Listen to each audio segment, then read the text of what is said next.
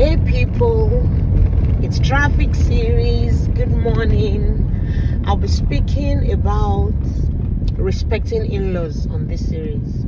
All types of in-laws. Brother-in-law, sister-in-law, cousin-in-law, auntie, uncle, mother, father, all kind of in-laws. So I'm from Nigeria.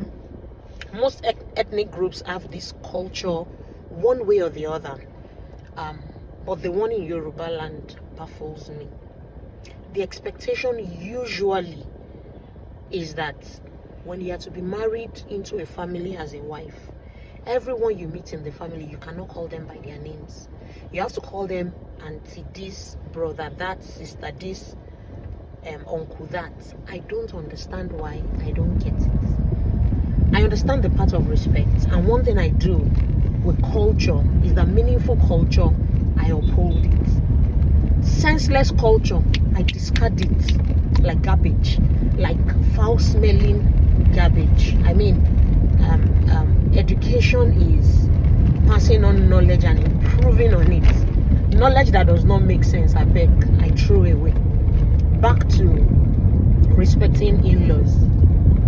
I think that as a lady, as a woman, one of the things you should decide is this, particularly in the Yoruba culture, am I able to live with it? Will I call people I'm older than, 10 years older than, 20 years older than, even 1 year older than brother and sister? Is it what you really want to do?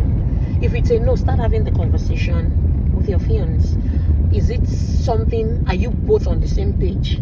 Is it aligned with you that you can call them by names? Is it going to address his family on it if he ever comes up? Or will it be a loggerheads with you when you don't call them auntie and sister? Those are things you should be prepared for in marriage, so that you can take your decision that, okay, this is how they are, I don't mind. For the love I have for this guy, I'll do it. Or what is love? Give me love, I can't do it. I didn't really have this conversation. Well, I think we did, but maybe not in depth. But at least I and my husband, we are aligned. What is important is really respect. Respect everybody, whether they are younger than you, whether they are older than you. Aspire to have a good relationship with them if it's going to work. Again, if it's also not going to work, leave it, like it's not by force. But if you also meet good people, be open, be willing to embrace. And if it's not going to work, leave it. But please have the conversations. You want your peace of mind. You also don't want a strain in your marriage because of some nonsense auntie, sister.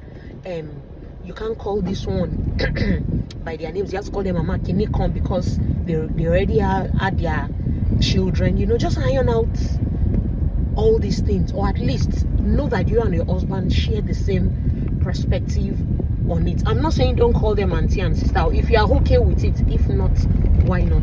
And again, let me chip this in the same vein. Before you get married to your husband, you start visiting your in-laws, and then when you get there, you wake up before everybody.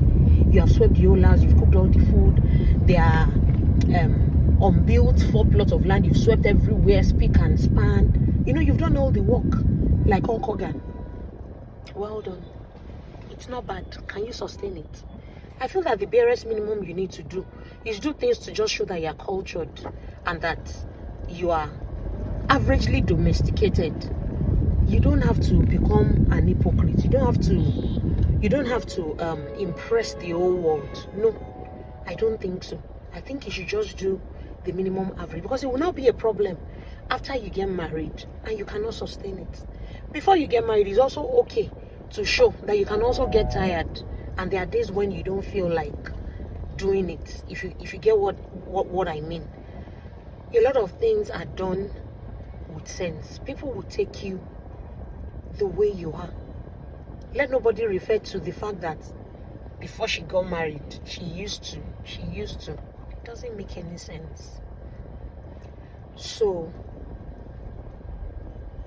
I'll give this example. At my place of work, many places of work, it's on a first name basis.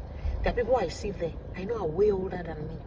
When we speak our lingua franca, I call you by your name, and I still speak with you with respect, whether you're older than me, whether you're younger than me, or whatever it is. But if at any point in time I have to speak my local dialect with you, and I know we are not in the same class age-wise, I put respect. I can even courtesy to greet you. I think respect is what is important. It's not in the auntie this, sister that. I have a younger sister, my younger sister. She never called me sister, even though I'm older than her. 2 solid years older than her. In her young age, did she disrespect me? Yes, sometimes. But at least in the past 20 years, I don't think my sister has disrespected me in any way. And she doesn't call me sister, but she gives me the respect that I deserve. And as she is also, I also give her the respect I deserve. I do hope that an unmarried person is able to hear this and take the right decisions so that you can give yourself peace of mind in marriage. It's for the long haul. Have a nice day.